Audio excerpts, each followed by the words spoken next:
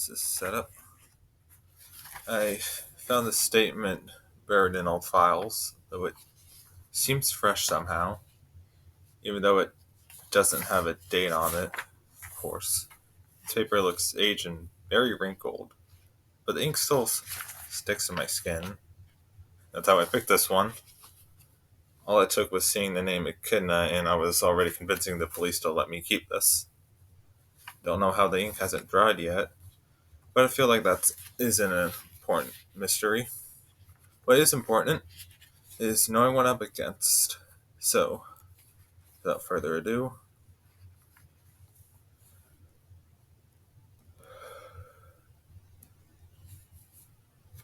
statement of Bryan Beker regarding his time as a mailman in the neighboring towns of Vindication Mountain. Statement begins. I'm a mailman. That's all there really should be to it. But it never is around these parts, is it? I see that you're new around here, your hand hovering around your service weapon with pride. So let me give you the shortest rundown I can't give you. Don't fuck around and find out. I will get to my story, but it's clear you need to hear this before I give you any of my backstory and exposition. If you want to succeed around here, don't go rummaging around places thinking your status will save you. It doesn't matter if you're the richest nobleman or the most common of John Does. Wandering is a dangerous sin. And sometimes you don't even have to walk onto the path.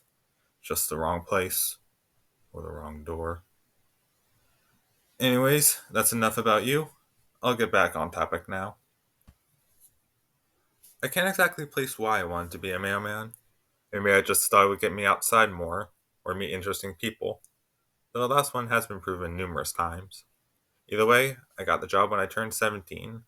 There was barely an interview process, just a questionnaire. The job was that I get a large pile of mail and packages at my house every day, and I walk thousands of miles to deliver them.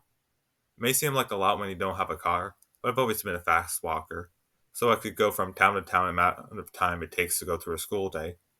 You should really see how I run. When you go around town every day, you start to know the residents. I read an article about someone who worked as a garbage man. They say you get to know what houses to pay attention to. I remember he found a trash bag full of teeth. For me, there were certain places I delivered to often. There's this company, I'm pretty sure an average desk job place, in the northeastern side of town that I constantly delivered stacks of papers to. Or one time seeing strange white substances slowly creeping its way out of a sewer drain. I know a few times I delivered something that wasn't papers, so I guess that they were doing something very, very illegal. But you can't do anything about that. Much like you, I turned a blind eye. After all, it wasn't any of my business. There was another place, northwest, if my memory serves correct. I don't remember exactly what I was delivering. It seemed to always change. I know I delivered a lot of power supplies to someone named Dr. Sunshine, but I think he died recently. I think. Honestly, I can't remember much about him or that area. All I can say for certain is that there were too many dead ends. The last place is what I think you want to know about. Why I'm here in this frankly uncomfortable chair writing this. It was in the South. Had a lot of stuff to deliver there. Mainly food packages at different houses. The entire area can be called hungry and no one would be offended. The house I most frequented was, as far as I know, belonging to the Rico family. It had a box outside that was essentially an icebox for food. All I had to do was carefully place the food inside it, make sure it was properly sealed, and leave. But one day, as I was bringing letters to houses surrounding the one I just described, I saw a kid walking towards it. He looked to be reaching his 20s, but his outfit didn't have any hint of adult on it at all. He was looking down. His hand was blocking his right periphery. Since I had to deliver something to his house, I figured I would talk to him since I was a bit curious what type of person would have an icebox outside of their house. I did a simple greeting and he abruptly flinched. I apologized, but when he replied back, I swear he was purposefully avoiding eye contact. I asked him if the house was his, and he hesitated when he said it was his mother's. I asked if everything was alright. You don't live here, do you? That was all I needed. We exchanged names, and I found out his name was Alan Rico. He took the package from me, still without making eye contact, and he disappeared into a house. After that encounter, I started paying more attention to things. The first was the mail I got. Not really the content, so you can't really tell much by shaking it. But the fact I got packages or mails at all. I don't know much about being a mailman, but I don't think that deliveries are supposed to go to the mailman, then its recipient. I still did get mail from mailboxes, but somehow after I met Alan, I started to notice that the mail that went to me had the faintest lining of web. My mind didn't try to make a rational explanation. It knew that these ones were priority. They went to the special places. Speaking of them, I started noticing more abnormalities. Some small ones that I've already described, and others, well, once is happenstance, twice is coincidence, 3 times is enemy action. I noticed more of that white substance, not just at the place I delivered papers to, but in areas nearby. They always seemed just out of eyesight and always rushed away when I looked at them. There was also one thing I noticed, but I don't feel comfortable going into detail. Let's just say, when her response to my rejection was grabbing my hand, I showed her how fast I could really run. First time that happened was when I just started the job. I put those people's mail in the mailbox. I want to be useful, but not like that. Northwest Place acted strange. Whenever I realized I was going in the wrong direction, I somehow got even more lost. A neighboring kid laughed hysterically when I said out loud, "I've been going in a loop!" I eventually found my way by not caring for my sense of direction. Lastly, the south seemed more empty.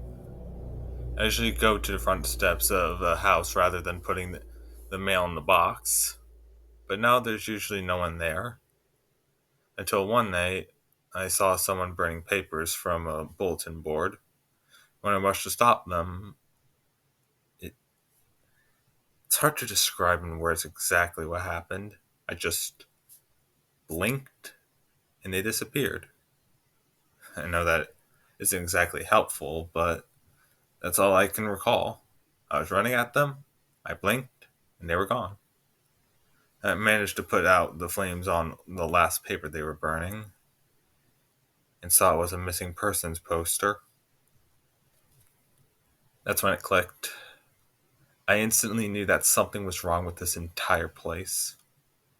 Everywhere around the Vindication Mountains was cursed, and I knew that if I tried to interfere, I would die. I tried to pocket the poster, but I felt something behind me shake its head. I dropped the poster and continued on my job. Now, the last thing I'm going to say is probably the most relevant for why you brought me here, so I'll try to be as descriptive as I can. I was doing a normal delivery at the Rico house. I was about to put the package in the icebox as normal when the front door opened. The woman looked so familiar yet so threatening. Couldn't get a good look at her because when I looked at those vibrant blue eyes, I lost all control over my body's actions. I don't remember what she said, something about having time off, I think. I walked into the house and Alan closed the door behind me. I remember looking at him. He looked so disappointed, but at the same time, I feel he knew this was inevitable, and he gave up trying to stop it. I sat down on the couch, and Alan sat next to me. His eyes were so much more blue than the woman. If her eyes were sky blue, then his were Arctic blue, and I drowned in them. I could barely hear what the woman was saying. My senses were muffled, like I was in a sauna. I know I just said Arctic Blue, and while that is a contradiction, everything just coming at me separately. The fear, the eyes, the control, the heat. All of it was hitting me at different times, all the while I was still conscious. I could feel her arm slowly reaching out to me. I tried to move, but I was weighed down by Alan's defeated gaze. But just when I was about to give up, I heard a voice pierce through my bound state. "Excuse me, ma'am. I believe he still has important packages to send." Alan broke eye contact to look at him.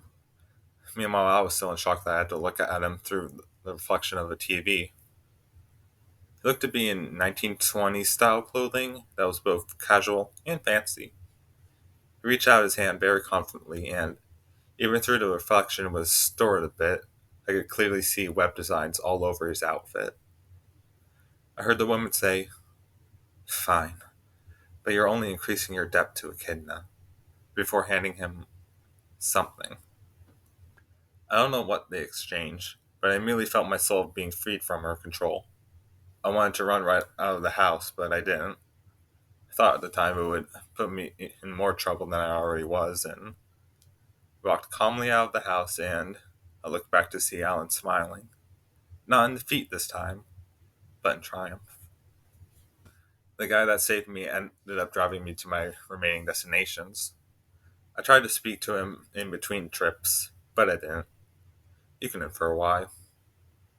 At the end, he brought me home, and I was finally able to ask him a few questions.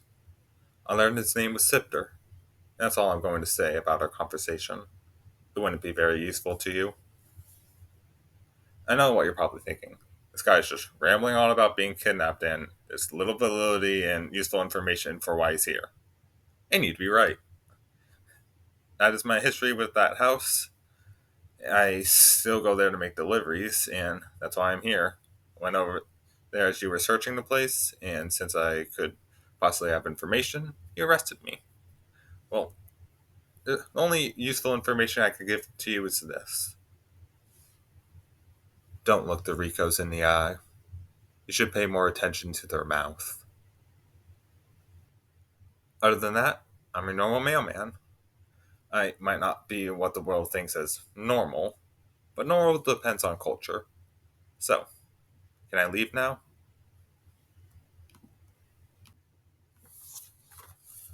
The statement ends. That felt different. It's focus, that's not important. I'll first say what's already on the file. Police were called in to report screaming and sounds of a struggle in the Rico household. When they arrived, it was abandoned. That was when Bryan arrived and was arrested as a possible witness. Neighbors have also been questioned, but it yielded little useful information to mention, outside of the occasional, "This place is weird, but rent forces me to stay here." Other than that, this is definitely a good find. It seems to mark down locations that the Void Gods have power over. Northwest is R, northeast is Susubi, and south is Echidna. The statement does confirm that Echidna is tied to hunger, as the last part seems to be referencing cannibalism. And also gives an example of her powers. Even though snakes don't actually do hypnosis, Echidna seems to have that ability regardless. I'm sure if Sipter didn't stop that woman, Ryan would be dead. There's also one more thing to worry about. She said that he has a debt with Echidna, implying that they were once on good terms. But why would he go out his way to help Bryan? Either way, this gives a lot of hints of where to look at next. Mainly the names Alan, Rico, Very Blue Eyes, Sipter, and by association Spiders. And, what, hold on.